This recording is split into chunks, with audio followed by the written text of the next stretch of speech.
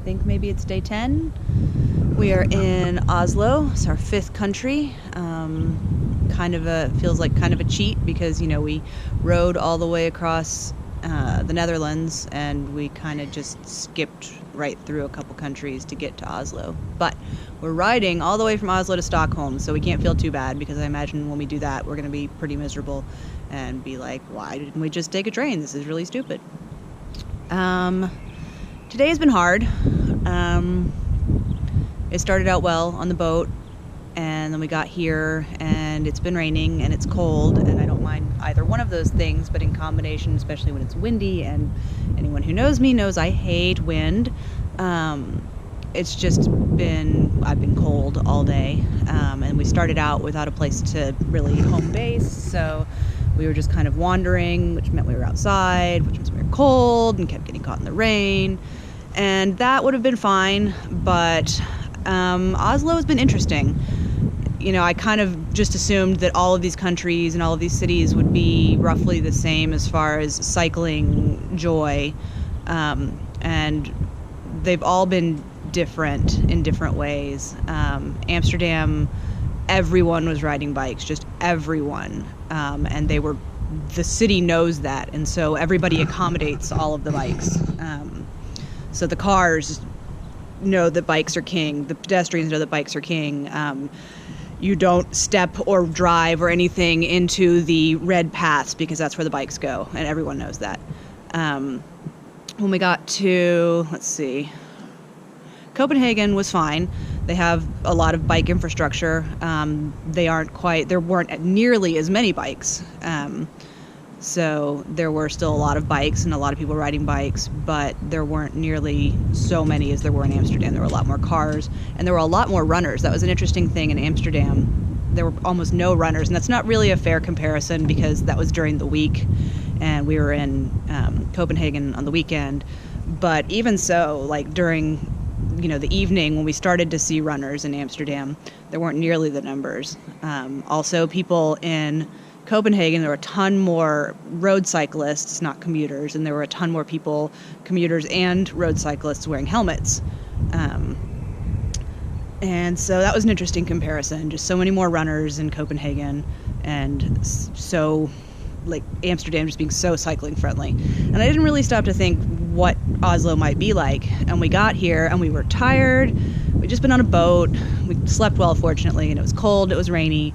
And then we got into downtown Oslo, and they have the infrastructure for bikes, but nobody gives a shit about bikes here. I guess the bikes are just used to it, but everyone was parked in the bike lane. Everybody was standing in the bike lane. People were driving in the bike lane. Everything is under construction. Matt points out it's the curse of a place that has seasons. In Texas, you can do construction whenever, but in a place that actually has a winter, you have to get it all out of the way in the summer, and everything's under construction. So we'd be biking along, and all of a sudden our lane is gone, and the cars are there, and buses, the bike lane and the bus lane tend to be the same, and the buses give no fucks whether you're there or not. And since it's a tourist town, there's a ton of hop on, hop off buses. And so they stop in the bike lane, and then as you try to go around them because you have nowhere else to go, people are hopping off onto your bike. Matt has made liberal use of his bell, which is another interesting thing. In Amsterdam, nobody used their bell. Matt used it a couple times, and he used it all hesitantly, ding. But when we got to Copenhagen, everyone used their bell to good effect, and people jumped out of the way. So we've had to use it a couple times here. I don't think I've heard anyone else using it, but we haven't seen a whole ton of cyclists. There's been some, but not even as many as there were in Copenhagen. So that, just feeling constantly and everywhere we've gone today, which hasn't been all that many places, but everywhere we've gone, it's been having to go through downtown. So we're going to be here for 3 days, so we're going to have to find a way to avoid downtown because it's miserable, and we don't want to be miserable. So I just kind of always felt like I was having to fear for my life out there, and on top of being cold and wet. So we're going to spend the next few days trying to sort that out.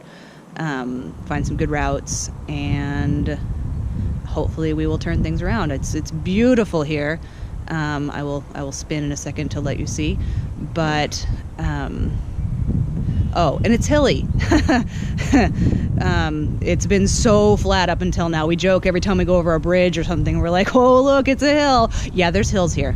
And they're not just, hilly in comparison to what we've been doing. This is like granniest of granny gears, plus buses are trying to kill you, plus everybody who, cycles here regularly is just like old women are going around you. So we're glad that we ended up doing Easter Hill Country, because that was we haven't ridden those hills in a couple months now, but at least we have them under our belts somewhere. So, yeah, that should be a good preparation for when we leave Oslo and head for Stockholm, and the first part will be pretty hilly, so hopefully we live. There's a castle or church or something over there. A lot of construction in that direction. There's Matt. You can see the hills, everything's up high over there. And back to that church over there. And that's it. Good night.